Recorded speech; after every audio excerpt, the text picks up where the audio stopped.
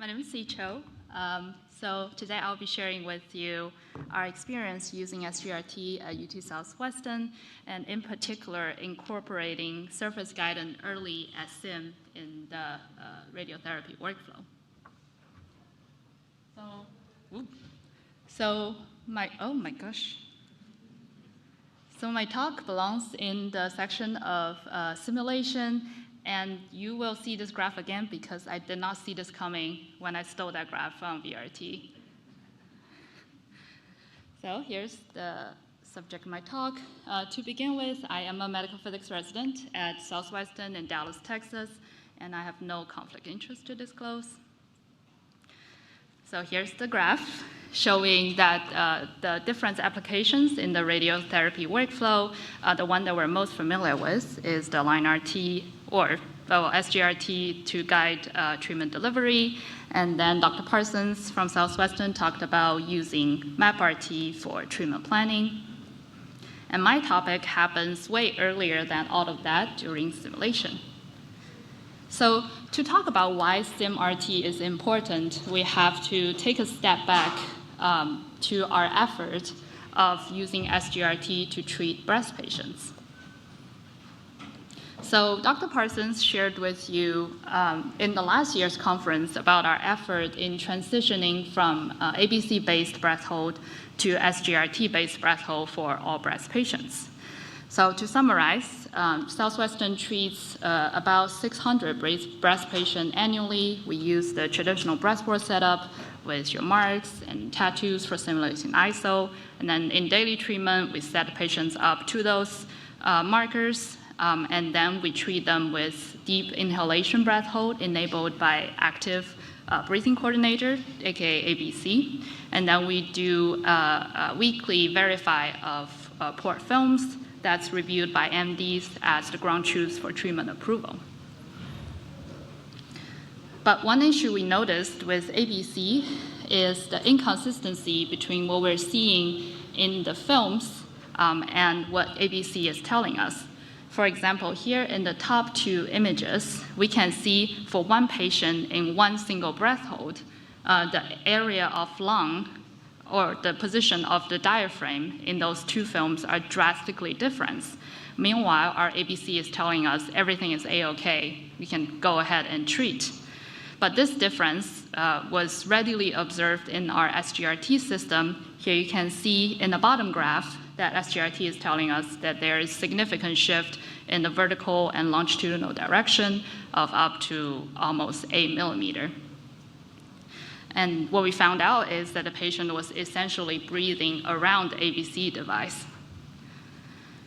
So that gave us enough motivation to transition to sgrt-based breath hold, and then we conducted sgrt versus ABC stability study in terms of the area of lung in the treatment field, which is shown in the graph on the left, and then the dose adjunction between different treatment fields. And for more details of this, you can look into last year's presentation, but this is just a brief overview. So in both of these stability studies, you can see that sgrt performed on par with, if not superior to, the traditional ABC-based breath hold.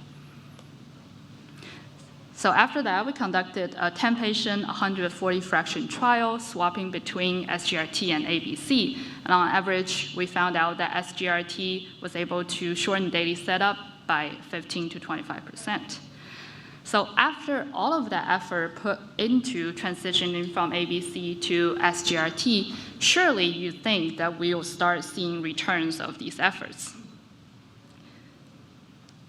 So this is the workflow of what we transitioned to with sgrt, basically using the free breathing CT surface for an initial setup, and then the breath hold for breath hold setup. So here comes the bummer.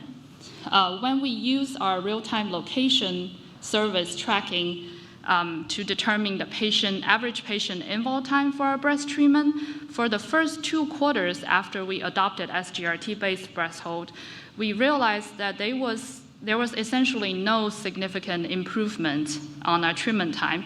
If anything, the variations in the treatment time seem to have increased, indicating somehow our workflow has become less robust. And then we got to thinking, what could have happened here? And then we started to realize that we might have missed something fundamental. As we all know, a good simulation is the foundation of any successful radiation. And at this point, we were not simulating with surface guidance. We're still simulating with traditional breath hold. And somehow, when the patient comes to treatment, we magically think, oh, now this is when surface guidance starts, which is not the case. And in retrospect, it seems so simple. Why don't we just start surface guidance as simulation? Which is what we decided to do. And with that in mind, we established a few objectives when we built the breath hold simulation workflow with sgrt.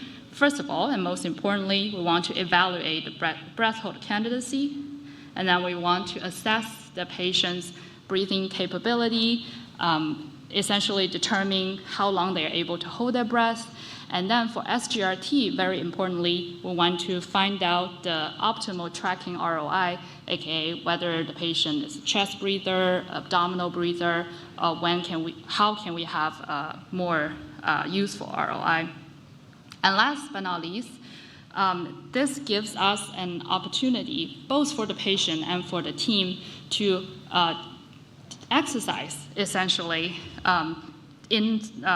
before the patient gets on the treatment couch and before time becomes super precious and everyone is under the pressure to be on, then we can have both the therapist and the patient get familiar to the concept of breath holding using the sgrt system. So now finally actually talk about our SIM-RT system. We have one centrally positioned 3D camera versus the three that you usually see in the vault. And then the SIM-RT system user interface is optimized for respiratory tracking, where we'll have the one-click selection of a tracking ROI, so you don't draw manually expensive ROI. You just click where you want to drop the box, and there it is. Makes it very easy to adjust. And then second, you'll have your real-time coaching display, which tells you whether the patient is in breath hold correctly or not. And last but not least, which was something very useful to have in Align-RT, but it doesn't, is the breath hold timer, which makes it very easy for us to determine the breath hold length. So in our breath hold SIM workflow, first we select the ROI, and then we ask the patient to take a test breath hold to find the amplitude range where we will consider in breath hold. Then we ask them to take 2 practice 5-second breath holds to make sure that their breath holds are reproducible. And then 1 long 30 seconds one to make sure that they can stay in it. And if they're capable, we can even do 40 seconds or longer. And last but not least, we'll acquire the CT image with sgrt monitoring to make sure that the scan that we're getting is what we'll be treating later on with surface guidance. So with all of that, now we're getting to the good part of this plot. So after implementing SIM-RT for breast treatment, we actually noticed a significant and consistent reduction in terms of patient involved time. And it's not just a shorter average time, but also less variation, indicating a more robust workflow. So I noticed this is old news by now, but apparently people needed more convincing why we should go markerless instead of tattooing patients. So obviously, traditional the simulation isocenter is marked by tattoo or skin marks. And we know that tattoos and skin marks are practically and emotionally not great for patients. And if we can get rid of it with sgrt, and if we have to prove 100 times that it works, we will. So in our study, we had 5 breath hold patients and 4 free breathing patients who are treated with whole breath tangents. and we're essentially swapping between both setups for altogether 150-something fractions. And we track our patient involve time with, again, the RTLS system. And then we still have the treatment approval ground truth, the weekly films that's reviewed by the physicians. So we found that sgrt-based setup and marker-based setup have similar treatment involve time, and then our ground truth, all the weekly films were approved by the physicians. So it's essentially establishing that going markless does not reduce our treatment quality or does not delay treatment. So now to switch gear a little bit, I also want to talk about using sgrt in treating our GI SBRT patients, actually similar to what the last talk talked about with triggered imaging. So at our center, we have a clinical trial running that treats pancreatic cancer with SIB 50 gray and 30 gray in 5 fractions, so pretty high dose. And since GI cancers are notoriously hard to identify, we placed fiducial markers in and around the target so that we can track the motion and make sure that we're treating what we're supposed to treat. So in order to look at those markers during our arc deliveries, which in our case is usually 2 full arcs, we do triggered KV imaging every 30-degree gantry rotation, and it essentially looks like this. And obviously, for such high-risk treatment, we need to manage the motion with breath hold. And conventionally, we've been doing it with the real-time position management device, RPM, and then we're using ABC for breath hold. So when we ask the question, can sgrt substitute a conventional breath hold method, we basically put everything on the table to ensure that we're treating the patient safely first, and then we can slowly take out different devices. So with the triggered imaging as the ground truth, we also have the sgrt on, and then we have the RPM blocked strapped to the patient's abdomen, and then we also have the ABC tube in their mouth. So with all of that device, obviously we need a maximally efficient SIM workflow, otherwise SIM would never get off work. And so basically what we came up is where we'll take free breathing, and then we'll take one non-contrast breath hold with sgrt without ABC, and then after contrast, we will do ABC breath hold and then the sgrt breath hold.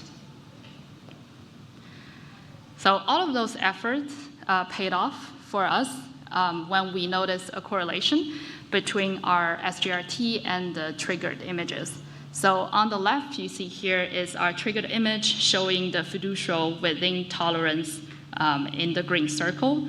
And on the right is our sgrt system showing the patient in the good breath hold. And then vice versa, on the left, when the fiducial drifted out of the tolerance, we noticed that the patient also drifted out of a good breath hold in our sgrt system. So back to that old question, can sgrt substitute the conventional breath hold method? In our investigation, we gradually took out ABC, and then we took out RPM. So we've treated 6 patients so far. Well, we treated and are treating 6 patients. So far, 3 went without ABC, and 2 went with only sgrt and triggered imaging. So this is still an ongoing study, since we've only treated 6 patients so far, but altogether in 183 breath holds, we've noticed good agreement between sgrt and the fiducial tracking with trigger imaging. Of course, this is pending further analysis. And then we've also noticed a significant reduction in treatment time compared with our historic patients. So that's all. I want to thank everyone involved in the studies, including the physics, the physician, and the therapist team. Thank you very much.